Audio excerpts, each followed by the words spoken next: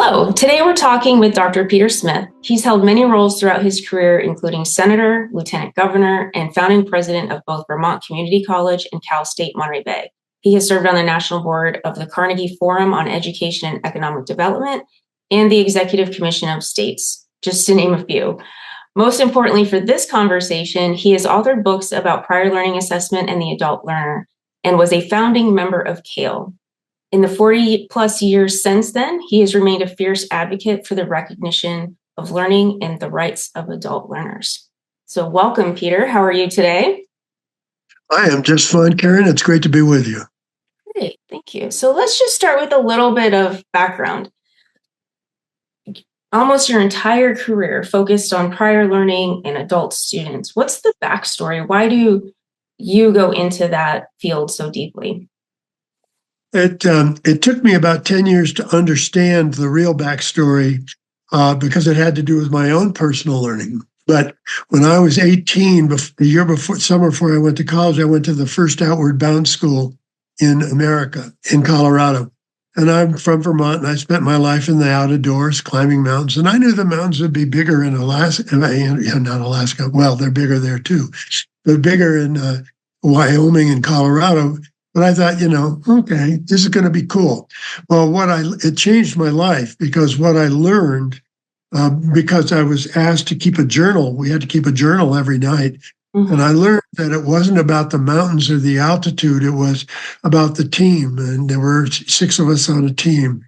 Who could read a map? Who could help somebody who wasn't strong enough to carry their pack in a certain day? How did we help each other? And together we were stronger. And it really, for a while, I thought I want to be an outdoor educator. And then as it just sort of matured and as opportunities came, I realized that it was experiential learning. It was the actual fact of doing something and then thinking about it and reflecting on it and understanding why. And that's critical. And we don't do that all the time with great discipline. So it took me a while. Mm-hmm. To look back and say, oh my God, that's what grabbed me. But that's what grabbed me. And I went from there to, I went to another outdoor school, National Outdoor School of Leadership. But by then I was thinking I'd, be the outdoor educator. And then that resolved until when I got to Vermont, during my internship year for my MAT at my master's in teaching. And I ended up, there were no high schools that were doing anything I wanted to do. So I ended up working for the Commissioner of Education. And we created a program called DUO, which was service learning for academic credit for high school sophomores and juniors. And my job for a year was to get people in high schools to do it. We got about, I'm going to say 12 or 13 high schools, and they started to do it. And then I started a school myself for dropouts, and then along came the community college. And by then I was absolutely persuaded that experience was, with structure around it, was a great way for teaching and learning to happen. And it was a very short step from that to saying, okay, what have you already done? Can you think about that? Can you reflect on it? How does it line up with the courses we're offering and the learning outcomes we have? We want to give you credit for that. It's that metacognitive piece, right? That's the real translation from experience to learning. It's huge. And it really was brought home to me. And at that point, I was only 24. So please forgive me for not having all the nuances and we just sort of believed it was right to do. We were going to save people time, save them money, and not duplicate what they already knew. But at the first graduation, 8 students in Montpelier, Vermont, on the State House steps, one of the graduates came up to me and she said, "Thank you for the experience, for the degree, but thank you for the experiential learning assessment, my portfolio, because that really meant a lot to me." And I said, "Why?" And she looked at me and she said, "Because now I know I'm a learner and I'll never stop learning." And I thought, oh my God, that was not something I had really encountered or anticipated. I was thinking fair, save money, don't duplicate. Right. And she's saying, "You changed my life." because now I see myself differently. Yeah, she identifies as a learner. You get. And Yeah. so the rest is history, as they say. Okay. And a little bit of what I heard in what you shared in your previous question was maybe work-based learning in high schools isn't a new fad. Sounds like you've been doing that for a long time. It comes and it goes, and I have not. My career has been mostly in post-secondary education since then, but I know that high schools are more. And there were not a whole lot of programs. I mean, the first thing I had to do that year was write 50 colleges and say, would you be more inclined or less inclined to take a student who had met their minimum requirements, but in addition to that, had already done a semester of service learning? And literally, they all wrote back and said, we would be more inclined. And that was 1969. Yeah, that's okay. That was a long time ago. So I think there's being open to something and have it become a regular activity that is supported by the overall economic and educational structure, if you will, of a school are two different things. But I know today in high schools, internships, service learning, even apprenticeships in some places, as people are bridging into college but not wanting to accumulate debt, wanting to get experience, earn a little money, get on the road to certification, get college credit, wanting to do all these things together. Experience is key. Experiential learning is key to that. And it's also, if you're giving something of your time, effort, and intelligence, yes, you're gaining, but also if you're getting paid a little bit, that in fact is a plus, so you're not going into debt quite as deeply as you might be otherwise. So it's a winner from about 5 angles. These days, much more, I think, probably much more popular today, out of necessity, right. And with community colleges as well. Okay. So how did all of that morph into prior learning assessment evolving into the initiative that we now call CALE? Well, what happened, as far as I know I got involved with CALE because we got a very large federal grant, and people came up to take a look at us and what we were doing, and concluded correctly, probably at the time, that we needed some help. That we were assessing prior learning, but we were, building it from the ground up. And so they were putting together a group of colleges. It was Empire State, Minnesota Metropolitan, a whole, like 10 or 12, Antioch, 10 or 12 institutions, of which we were one, to really try to formalize. And it was being initially sponsored, frankly, by or was going to be covered, if you will, by the Educational Testing Service. And amongst other things, we concluded as we went through the first couple of years that we did not want the Educational Testing Service to own this knowledge, that it wasn't going to be helpful in that moment for sure. And so we broke away from that and raised some more money. But it was a brilliant bunch of men and women. I was part of that group, but I wasn't one of the brilliant ones. I was learning every day from people like Morris Keaton and Arthur Chickering and David Sweet and Jules Pagano and a wonderful woman from Washington University in St. Louis. Anyway, they were all doing it with a little more structure, but what came out of CALE at the end of 3 or 4 or 5 years was a sort of a consistent practice. What's appropriate evidence? How do you set a reasonable outcome? What's the level of a course outcome versus a program versus a degree? Those kinds of things. Not that they had all the answers at all, but it was a phenomenal. That was 8 to 10 years. I say I got my graduate degrees from the university, but I got my graduate education from the CALE board. There you go. They were brilliant. They were just brilliant. And, so that's that. So CALE has been the home, if you will, for consistent practice and quality assurance.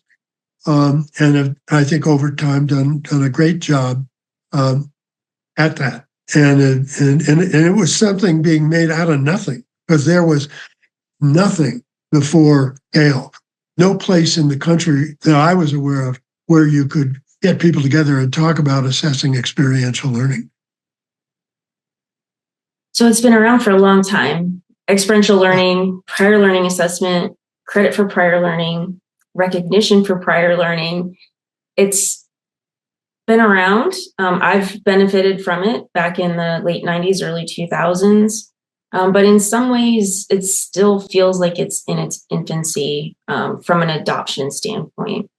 It tends to still be perceived as very complicated, very cumbersome.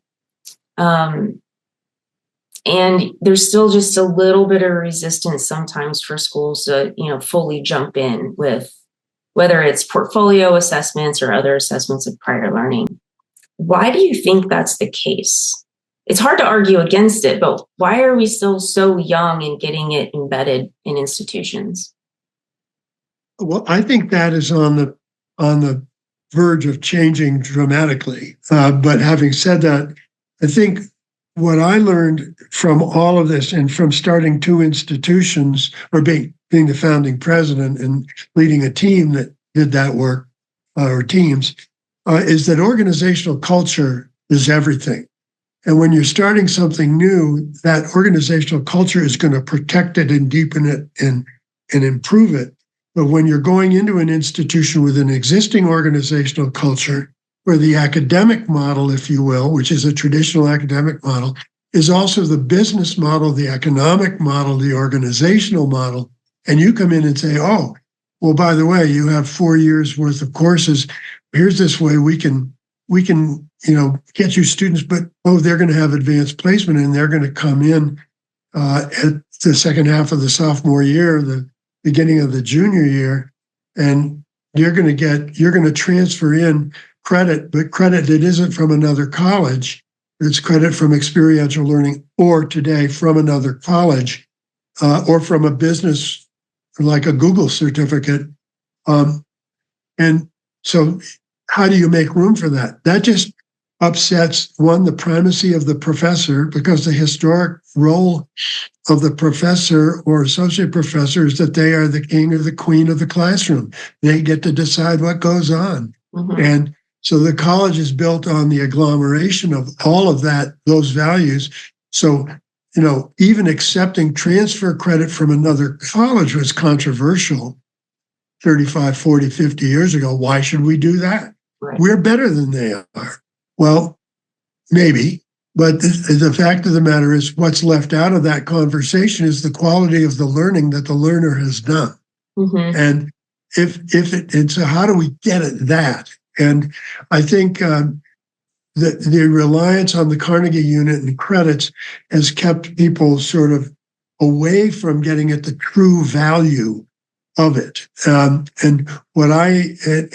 then it is just putting together portfolios of learning for the non-academic prior learning, or not being able to analyze the academic prior learning in terms of a consistent set of outcomes, not being able to write about it, think about it, that is all very complicated and time-consuming.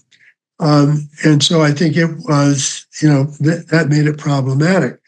What I see coming now, and I think EAS is a great example, but I think one of the only ones, where you're facilitating all that using technology without losing any of the personal nature of the learning. And so the fact of the matter is getting people to a point where they can focus on what it is they learned, how they changed, and what should come next, and then letting institutions or employers ultimately, I think, look at the same information and say, if this person knows these things and can do these things, they qualify for this job, or they're a second semester sophomore in our program. It gets you to the decision making about the substance of what somebody knows and is able to do and how well much quicker. And I think that's where the world is going. So Some colleges may ignore it for a while, others may not. But the fact of the matter is that the disruption that's happening in higher ed right now is that campuses are organized as if they were the only place where the knowledge existed that you could go and learn. In a desert, there'd be an oasis of knowledge in a desert of poor information. Well, the desert's gone green. Yeah. And so the fact of the matter is there's a lot of ways to learn and a lot of ways to get that learning validated so that it works for you, and coming up with a consistent way to do it, a qualitative way to do it, a trusted way to do it, the way I think you folks are doing, is critical. And colleges are going to either pay attention or they're going to be in the soup, because the birth rates are going down. You know how many 21-year-olds were born if you just go back 20 years and look at the birth rate. Right. So you don't have to wait until they're 17 years old to determine how many are going to be around. And we need more people to go to college, not less. And that means they're going to need different pathways and different encouragements and support and sense of community than what we've given them historically. Sorry, I get going on this. You hit on an interesting point, though, related to the richness of experiential learning. And I was on a call earlier today where we were just talking through why we're still seeing resistance. And the concern was that you're diluting the integrity of my degree or the degree that I offer. So being able to have those conversations to help people understand that we're not diluting your degree through prior learning assessment. We're actually bringing you a richer, more experienced student that can engage in more meaningful ways in your classroom. But that can be a hard sell. Well, what's hard to admit, for some people, if I've been doing something for 30 years or 10 years and I love doing it, and then I'm pretty good at it, and you come along and say there's another way to do this that is going to, I would say, change the complexion or what it is you do, and it's going to augment it. It's going to bring in new experiences and new attitudes and new behaviors. Then that could be troubling. But ultimately, the thing about disruption is that disruption doesn't shake your hand. Disruption just happens. It is a matter of saying, I think colleges are just going to operate much differently. And from an economic perspective, they have to.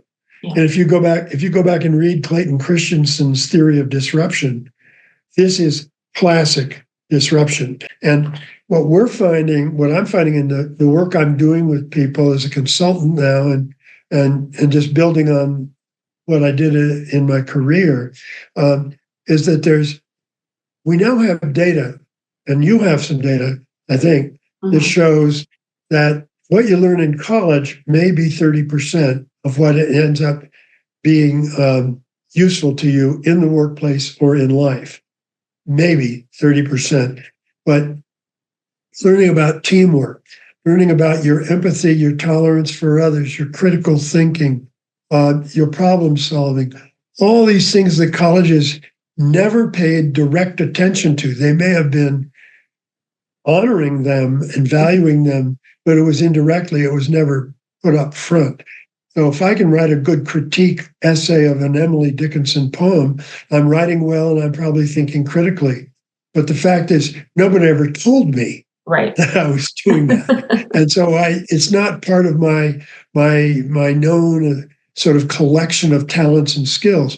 Well, now employers are saying, and obviously you don't want a brain surgeon who learned totally on the job, or a lawyer, absolutely not. Or a civil engineer. I mean, there are always exceptions.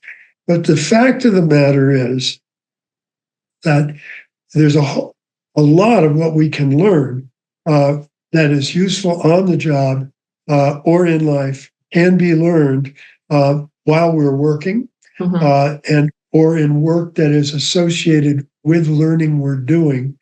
What we learn in the military, it's traditionally been devalued horrifically, and which is ridiculous, because in the military, I got to know when I was at University of Maryland Global Campus, where they serve tens of thousands of military people and military families.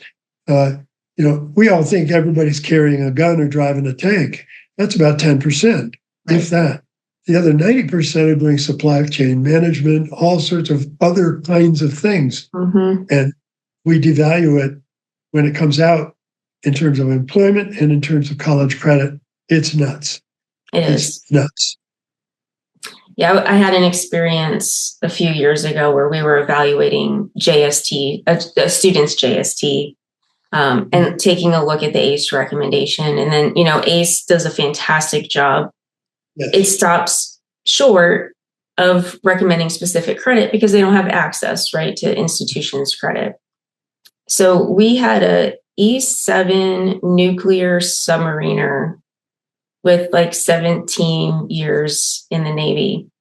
And we were really arguing over, does he get elective math or does he actually get college algebra? And this guy does math that at least I can't even think about comprehending. Yet we're really going to talk about whether or not what version of 3 credits of lower level math we're really going to award. And I think there's an inherent message that we're sending when we have those conversations that says that it's not valued as much. Right. And the other thing that assessment of experiential and prior learning challenges is the hierarchy of knowledge that we have historically, say, starting in the mid to late 40s, when education began to expand in the United States, and the notion of meritocracy was where it isn't just going to be rich white guys like, I might look like, we're going to get to go to college, but it's going to be people who are smart enough. But then the way we defined smart was IQ, which is only part of it, and ability to take a test and get a good score. That's only part of smart. But at the same time, we had this hierarchy, largely European-induced hierarchy of the liberal arts, what were important things that everybody had to know, and arts, and then sciences and math. And, so that you had this superstructure all the way up through a doctoral program that was determined by other people to be what it is, how it is you could show that you were smart and capable and ultimately knowledgeable. And that was inherently, yes, worked just fine for the people that worked for, but it was inherently exclusive and discriminatory, both in terms of how people learn, what they learn, and the talent they have, the capacity they have, that cannot be expressed that way, but could be extraordinarily sophisticated. And I think that the third book I wrote was called Harnessing America's Wasted Talent, The New Ecology of Learning. And it was when I finally came to the point of not forgiving traditional higher education. And I mean, I love higher education, but for ignoring and wasting talent in this country simply because it doesn't present itself the way that they're used to and the way that they've been told to do it. And that's what's under pressure to change. Being a terrific problem solver, or a person who can, if I can't apply my knowledge effectively in the environment I'm working in, and behaviorally and personally, then I'm not fully educated. All right. So what needs to change? How do we modernize this process? Well, I think you're going to see there are several sort of, if you will, pressure points on the traditional structure of higher education. One being the campus as an extraordinarily expensive, no longer oasis of information in the desert of lack of information. to the cost of supporting that campus and going to school. 3, the declining birth rate, which increasingly is going to make it very hard that people are going to have to change how they think about their entry requirements.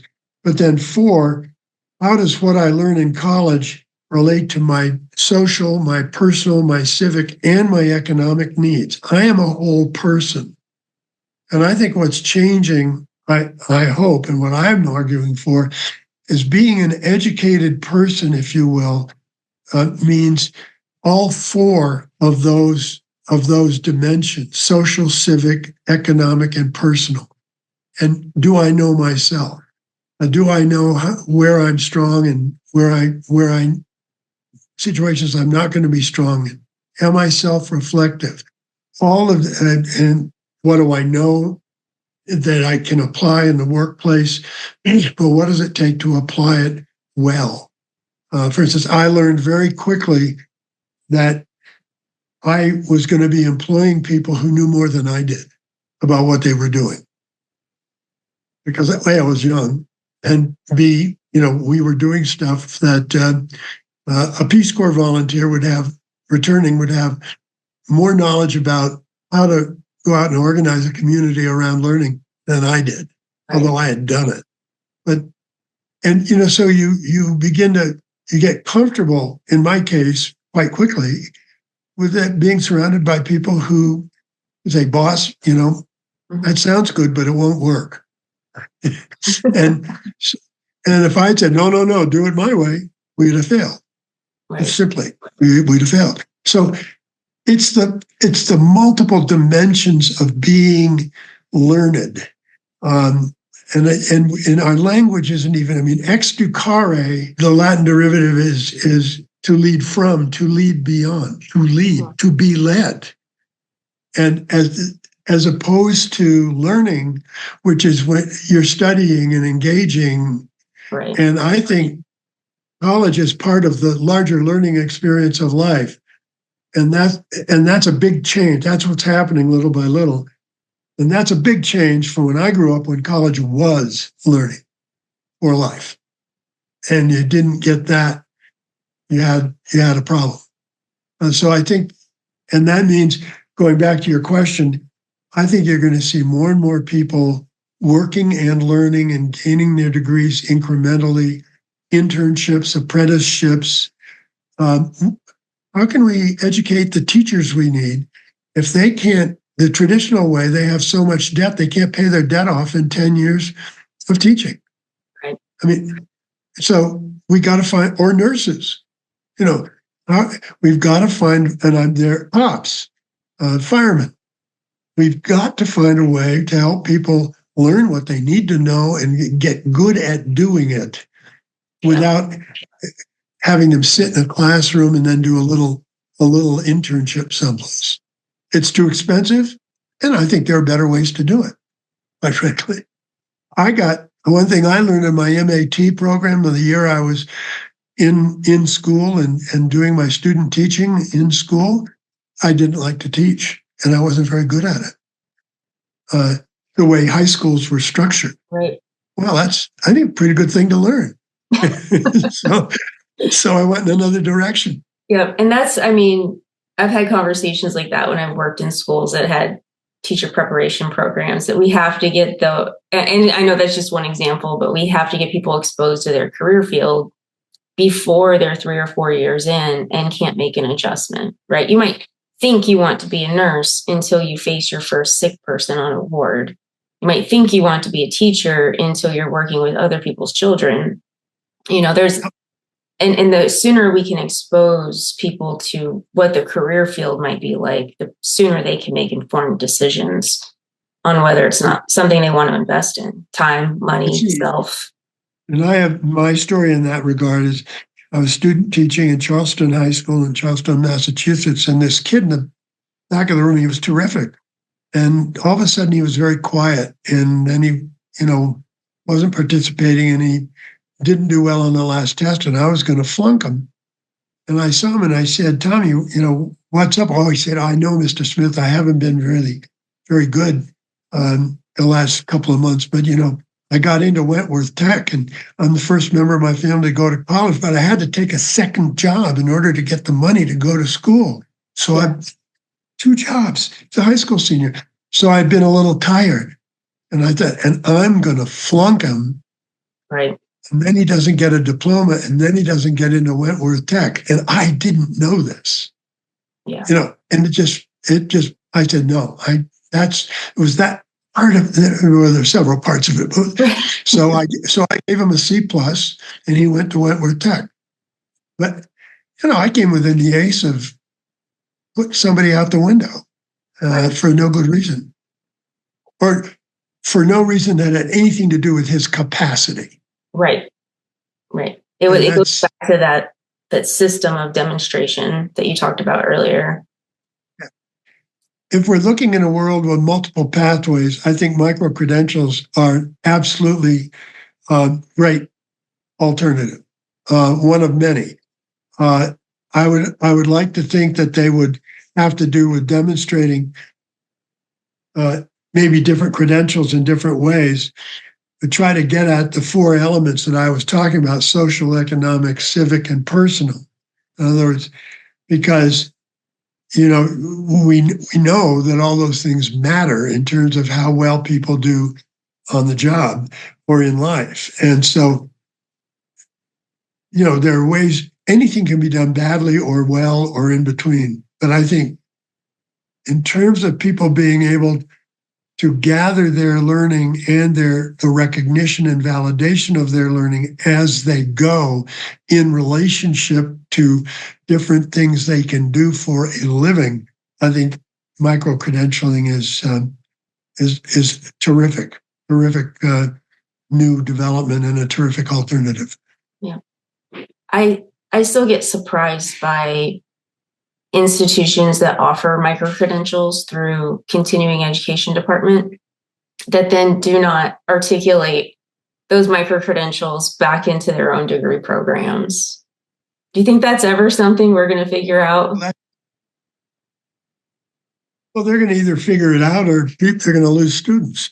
I mean, it's just, I mean this in the dictionary term, it's a conceit. They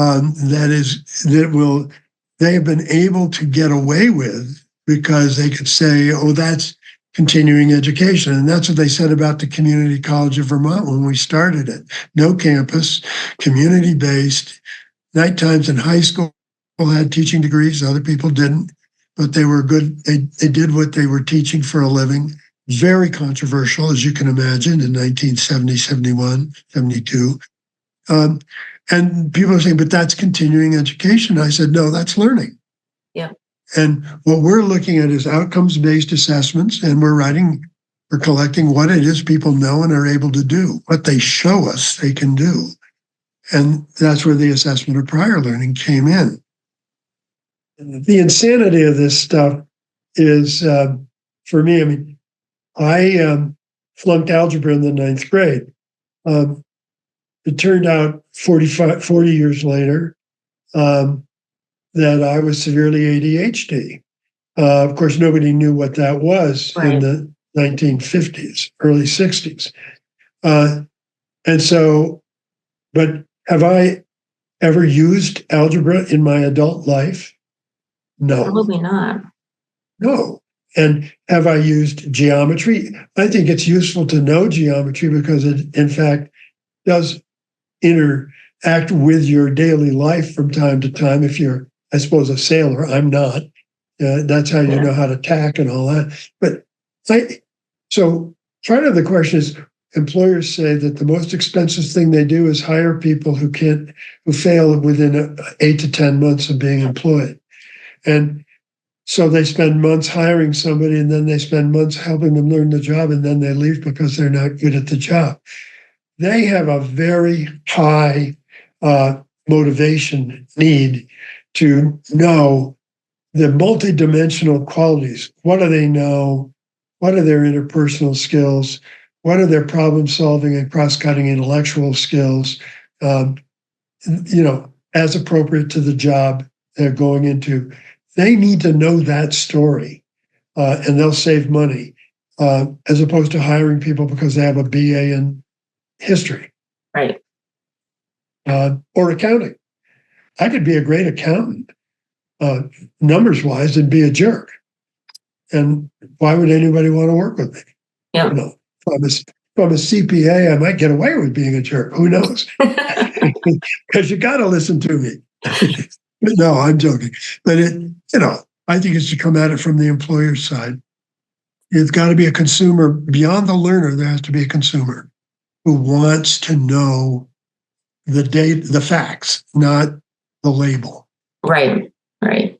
And I think that ties into your book, your Hidden Credentials book. It seemed like there was like practical applications of meaningful credit, but also an undercurrent of more that this is a confidence building initiative. Can you talk a little bit more about that? One of the advantages of privilege in this country, and I was privileged by any reasonable standard, is that you get the benefit of the doubt. People respect you. There are high expectations. You're expected to do well. That's hard for some people. But I said, people pick you up when you fall down. They give you great advice. Imagine if you go to college or to any school and you don't have those things. So we think of great tutoring and counseling. Well, but if you don't respect my culture, my background, you haven't helped me understand what I'm bringing with me. Right. So when I went to college, I never doubted I was meant to be there. Never doubted it. We know that more than half people in college today wonder every day as they fight through some combination of housing insecurity, food insecurity, economic insecurity. And I would argue we're finding that a sense of a lack of belonging. Am I part of something that cares about me?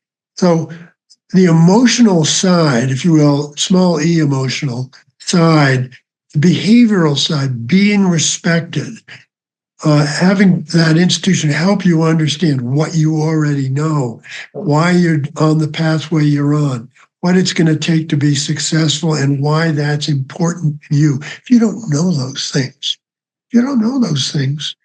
And I'm smiling, Peter, because I feel like you're talking about me, right? Like I didn't go the traditional path. I joined the Army. I took classes all along the way. Then I found Southern Illinois University Carbondale's completion program on McChord Air Force Base. And I finished that, but then I still questioned, no, and I don't mean this against SIU Carbondale, but because it was so just different than what I thought it was supposed to be, I still questioned, I have a degree, but what does that actually mean? And my whole first semester in my master's program, I was asking myself, am I smart enough to be here? Because I wasn't sure. Because I had done well in my military career. I did well in SI, but there just wasn't that, yes, you belong here. It took me about a semester to figure out everything that you're talking about. How do I fit in? And then I was still in the reserves and doing ROTC, and I didn't look like the other students because half the time I was in BDUs. And figuring all of that out, and it does make a difference on the confidence of being able to go into a classroom. Absolutely. And navigate that. I got this in a way that I never could have understood it before. When I was writing my last book, it was called Stories from the Educational Underground: The New Frontier for Learning and Work. And I wrote it about 6 years ago, but I learned don't release a book when COVID is going to break the next month. But it was, I think, one of the two best books I've written, and it certainly changed my life, because what I did was interview 20 people who had gone to school not the old-fashioned way, and what they had come out of in their youth and adolescence and early 20s or whatever, and then what happened to them, and then all of a sudden they hooked on with a new kind of college or service that was going to support them. And off they went for an employer who understood. And there was a certain point at which I said, I can't write this book. I can't do this, because here I am having gone to Ivy League schools, the whole thing, and yes, I've committed my career to this, but now I'm going to be preaching about their lives Right. when it's not the life I lived. And I went to talk to my wife, who came from a very different background than I in many regards, but smarter than hell and working class. And I said, I can't do it. She asked me why, and I told her, and she said, interview yourself. That's my story, chapter 1. Tell them what it's like when the cake to opportunity is baked on day 1. Right. And I said, I can do that. But then I'm not looking at my life like I'm looking in the mirror. I'm looking at my life through these 20 life stories that I've been living with for a year and a half as I've interviewed and gone back to them. And it blew my mind because, and this is to your point that we were just talking about, that's when I realized that for the things that I took for granted, getting picked up when you fall down, you're expected to be there. Right. You're getting great advice. You're getting the benefit of the doubt. All of those things that are just, I never questioned. One or more of those things happened in every one of the stories when their lives were turned around. Oh, yeah. And so that further made the point that it wasn't their brains, it wasn't their talent or their capacity, it was that their sense of belonging, their sense of personal agency. Yep. And higher education, with very few exceptions, and I think community colleges get closer to this than a lot of places, but I think we can all get a lot closer. It is those deeply human things that have to be part of the package. Absolutely. And that's where assessing and understanding the learning you've done prior to this day in your life, that begins to say who you are. Yep. And that then you begin to, and if you're respected for that, that's your agency. That now you're supposed to be where you are. Absolutely. And there's one woman, I'll never forget, her employer came up to her and said, I've now employed you on an interim basis 3 times to do the job of your supervisor, and 3 times you've done it better than the person I hired. So I'm going to make you the supervisor and go get a baccalaureate degree, and I'll help you pay for it. And you got 5 years to get a baccalaureate degree or whatever it was. Yeah. And she said, okay, got the job, got the degree, and she was working on her master's. Yeah. But what happened was she got the benefit of the doubt, and somebody affirmed her value. That's and we see, for better or for worse, I never doubted my value. It's all good. Right or wrong. Yeah. But the point is, we can't withhold. Those things are important. That's who makes us who we are. Yeah. And that's what you're about at EAS, as far as I'm concerned. When you think about what makes prior learning assessment, whether it's a program or a process, what makes that successful? What are the 3 things that you think have to be there? In no order of priority, the fact that I get to, one way or the other, think about and reflect and then see the meaning of the value of the experiences I've had. I think of reflection as the process of extracting meaning from experience. This happened to me. Here's how I changed. Here's what I learned. Here's how I see the world differently. But the larger issue, it had value. It has helped make me who I am. To me, that goes to what we were just talking about. That's one. I think 2 is being accurate in the validation. So it doesn't do us any good to tell somebody they can do something if, in fact, at a certain level, if they can't. So I think, and in many ways, I think employers are more clear about that than educators, because performance in the workplace working on a team, thinking critically. I mean, that's what it is. So to me, being very clear about how much is enough, what does good enough mean, is really the second thing. I don't have a good third. I'm sorry. I think those are Okay. the two things Okay. that come to my mind right off the bat. In your book, Free Range Learning, you spent a lot of time talking about the role of advising with experiential learning. Who do you think is the most important person in the PLA process? Who's ultimately accountable for the success? Well, I think whether it's done personally or with analytics or whatever, the most important function is the validation, and that the validation be accurate. The most important person is whoever the person is who helps the learner understand the value of what they're doing.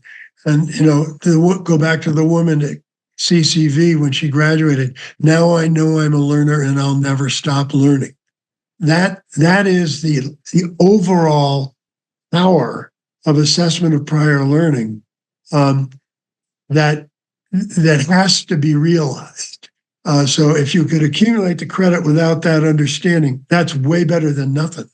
Right. But if you can accumulate the credit or the outcomes, and at the same time understand that you as a learner did this and that changed you and made you who you are today, it's that human dimension that SATs and all that stuff don't capture. They capture one kind of IQ and intelligence, but intelligence, small I intelligence, is way more than IQ, way more. It almost sounds like there's an element of equity in the way that you're explaining this.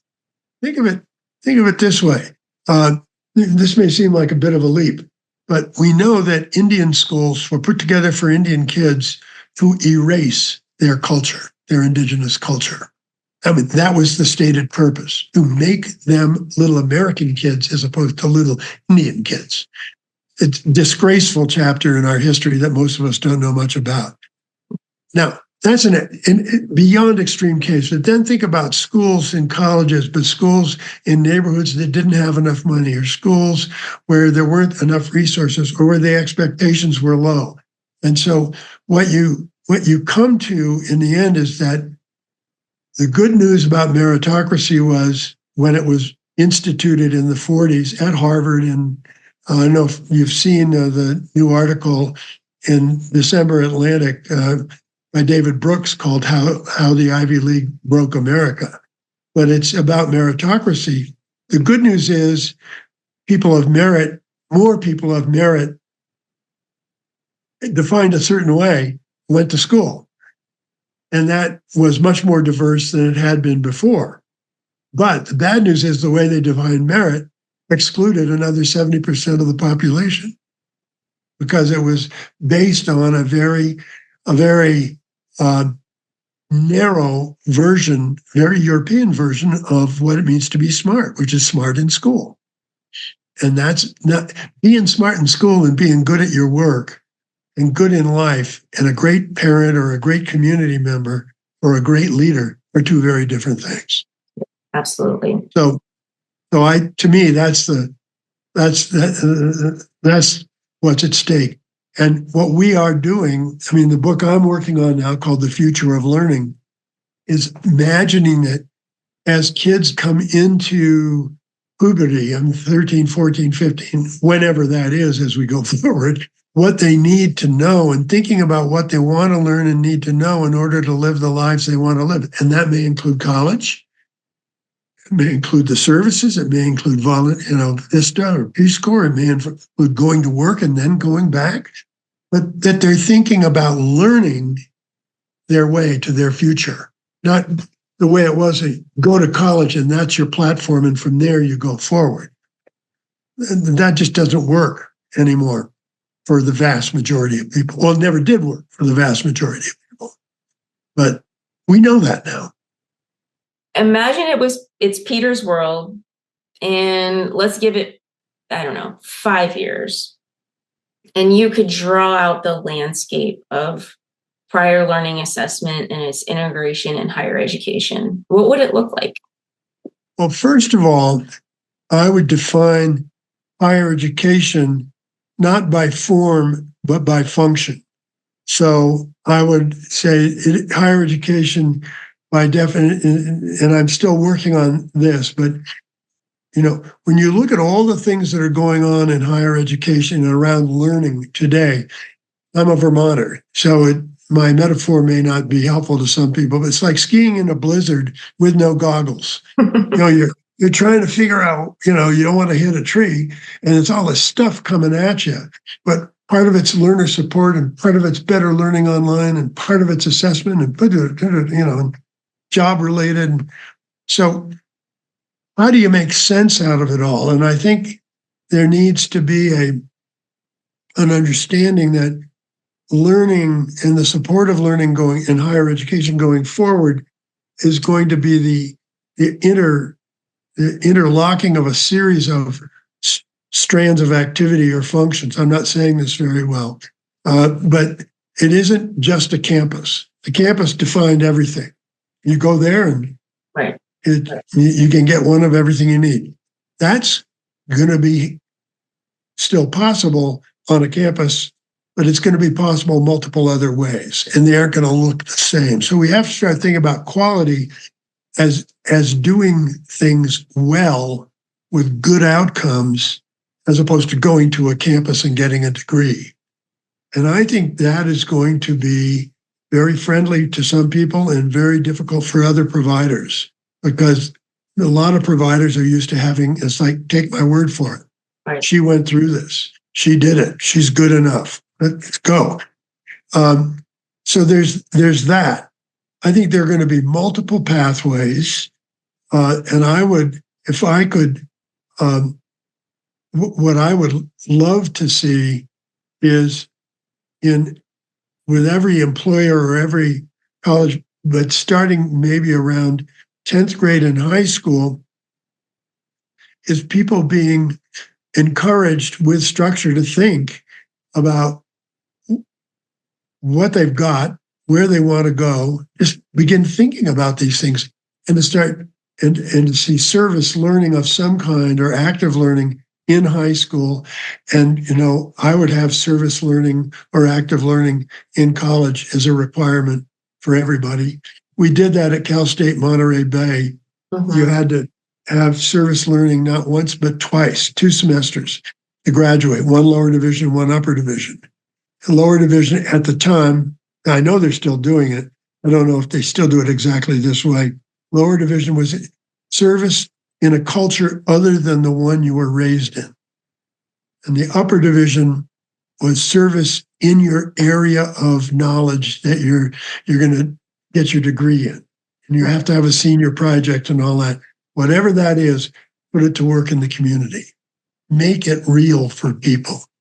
So, and again, I just thought this is going to deepen learning. This is good. It changed people's lives. Yeah. And I had people come up to me and say, I never wanted to do this, and now I'll never forget it because it changed my life. One young man said to me, he had told me before, you can't make me do this. And I said, oh, yeah, I can. And if you don't want to, there are 20 other Cal States you can go to. And about a year later, the same kid came up to me and he said, it changed my life. And he said, I was wrong and thank you. And I said, well, how did it change your life? And he looked at me and he said, nobody had ever needed me before. And something had happened where the people he was working with, he didn't come one week or something. And the next week, they just said, where were you? We needed you. And it just, one thing like that. Purpose. Yeah. I would love to see at any stage in life, a person can get an assessment of the college work they've done, of the experiential or non-formal learning that they've done, or formal learning outside of college. Seeing a service like yours, I mean, frankly, available. And in that world, it's going to be the ability to put together and have different educators or others who want to be in this line of work, building different pathways that are, and a pathway is legitimate if it's qualitative, accurate in the validating of what somebody knows, and it works for them. So we always talk about interoperability of systems. In a weird way, the books I wrote, don't get me wrong, I didn't know what I was doing. I wasn't conscious of this. But starting in the 80s, I wrote first about learning outside of college. Right. Oh, this is a good thing. Then I wrote about how higher education is failing America about 15 or 18 years later, when I was coming to the fact saying, this system isn't working for enough people. I didn't know the alternative, right? But I could see, so, and then a little later on, harnessing America's wasted talent. In retrospect, I'm beginning to understand the cost of the system not working is that we're wasting talent that we desperately need. Then you move on to the new ecology of learning. And I'm beginning to say, oh, there are ways we can put this together. And then the stories from the education underground, here's how it's working for 20 people. So there was this weird progression, which I was utterly unaware. Well, I was going to ask you, are you frustrated to go like, look, guys, I've been telling you this forever? Well, I've had people come up to me, and I had one guy come up to me after harnessing America's wasted talent. And he said, you're dead right, but it isn't going to happen for years. I mean, you're way too optimistic. And I said, I wasn't being optimistic. I was just writing what I think is accurate. And about 5 years later, he came back and said, boy, was I wrong. I developed a saying about 10 years ago that if you want to surf, you got to get ahead of the wave. And I think for better or for worse, and it hasn't always worked out in my life. And I've had I've fallen off the surfboard a couple of times.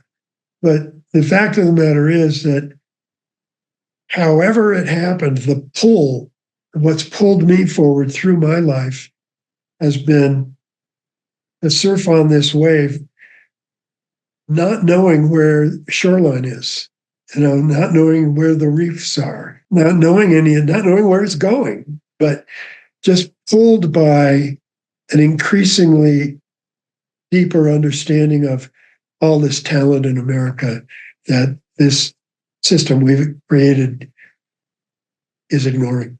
It can't, and we aren't going to make it as a country if people don't feel recognized in their talent and their being.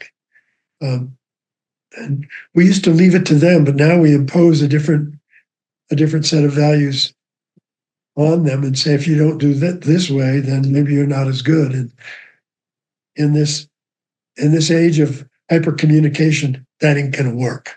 No, it's not. It's not. If we just look at the story that the media spins or can spin, there's all these concerns about the value of the degree and all of these things. And I think you and I can agree that there's a lot of opportunity for improvement in the way we do things. But if we look at the data, a bachelor's degree is still kind of that key to social mobility. Do you think that'll stay true over the next 5 to 10 years? I do. But I think what's going to change is all the different, it's like when, how, and what. So might I get a bachelor's degree when I'm 32 after being at work for 14 years and moving up a ladder of employment and getting paid more money because I'm good at what I do and all these other assessments have been done. And then along the way, maybe halfway into that journey, I get my learning assessed and I know it's paying off economically for me on my job, but I want to now get a baccalaureate degree. And that may take me another 4 or 5 years. I might start with a community college. More and more people are doing that. More and more kids are going to the community college because they can afford it, and then going to a four-year school to finish. So, which is not a particularly innovative way, but it's different than what way of making decisions that was going on 10 years ago for a lot of people. The thing a baccalaureate degree has is a consistency of brand. I understand, I think I know what that means across occupations, across states, across, it has a social, but also an economic brand to it, meaning to it, that will continue to be important. Because otherwise, you've got this utterly disparate set of ways of determining that somebody's good at what they do. So there's no common denominator, if you will. So I think as we understand how to interpret the baccalaureate degree as, I hope, incorporating a more explicit understanding of the four dimensions of capacity: social, civic, economic, and personal. If somebody wants to throw in a fifth dimension, feel free. But to understand what it means, but having something that is a society-wide indicator, I think is valuable. I think it's a form of coherence.